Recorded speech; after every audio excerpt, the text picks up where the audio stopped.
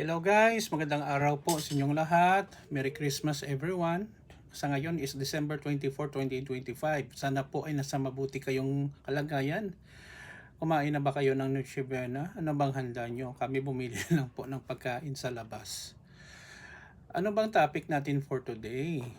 Nakakabahala guys, marami pa ring naloloko no sa quick rich scheme no. Sa pag-join sa mga investment programs no sa Facebook, sa social media, kahit sa mga office no, ginagamit pa ba ang cryptocurrency.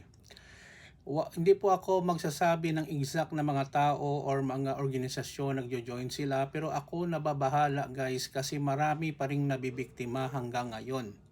Kahit ako muntik na akong nabiktima sa isang crypto no, nasamahan na sinasabi nila, join ka dito kahit mag-invest ka lang ng 20,000, 30,000, sigurado wala tayong talo dito.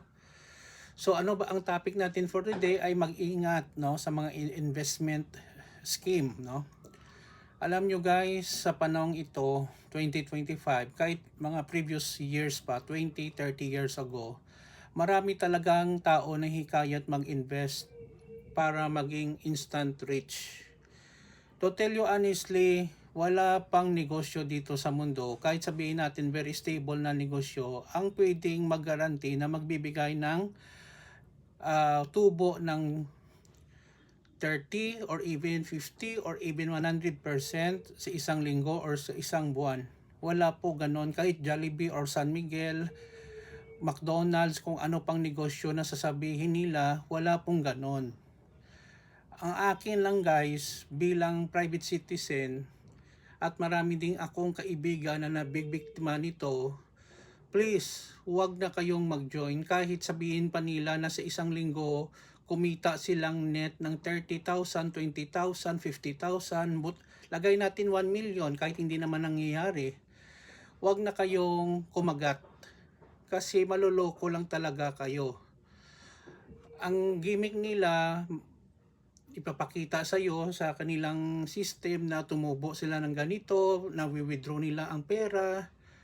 Siyempre, kay nauna sila, may mga investor na pumapasok, yun ang tinatapal sa kanila at sasabihin sa inyo, wala ditong talo.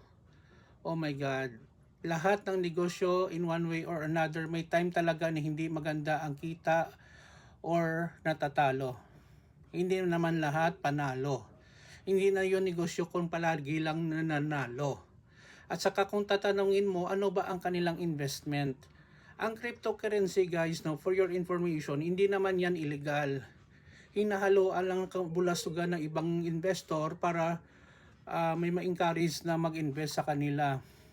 Totoo, maraming yumayaman sa cryptocurrency kasi alam nila ang pasikot-sikot at minsan dadala din ng swerte. Pero kung malas-malasin ka, segundos lang, malaki din ang talo mo. Even millions of pesos or even billions, posible yon.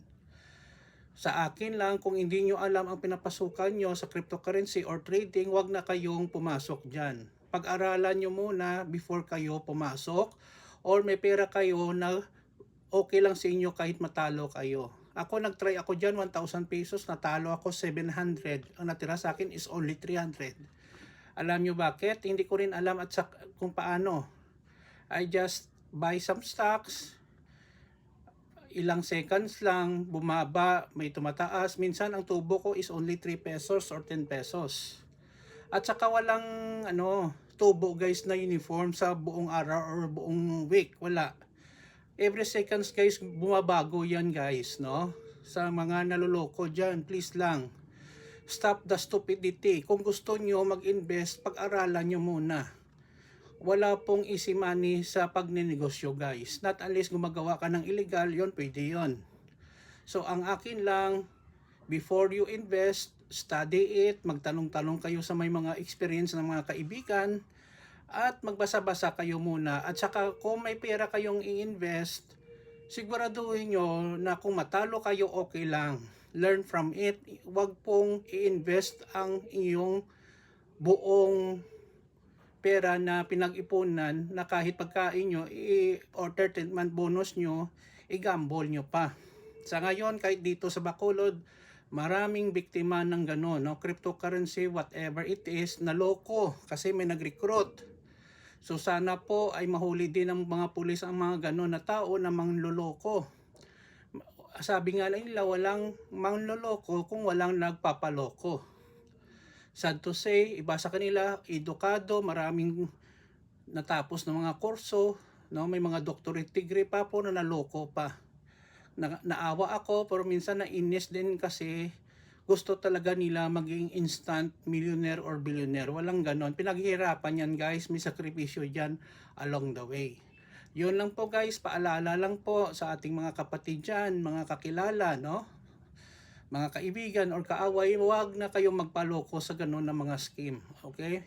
Investment scheme, kung hindi nyo alam, huwag na lang guys. Kahit sabihin pa nila na ay sayang hindi ka maka-earn ng ganitong pera. Sa totoo lang ha, wag lang tayo magaguhan dito. Bakit mang-recruit ka pa kung solo-solo mo na ang malaking kita in the first place? Simple logic. Kasi kailangan nila ng new investor para yun naman ang ipangtapal nila sa mga nauna nag-invest.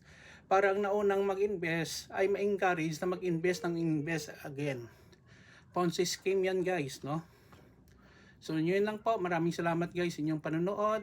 Merry Christmas and have a prosperous New Year. Please follow me in my Facebook and YouTube channel. Thank you guys. Huwag na tayo magpaloko ha. Aral muna before mag-invest.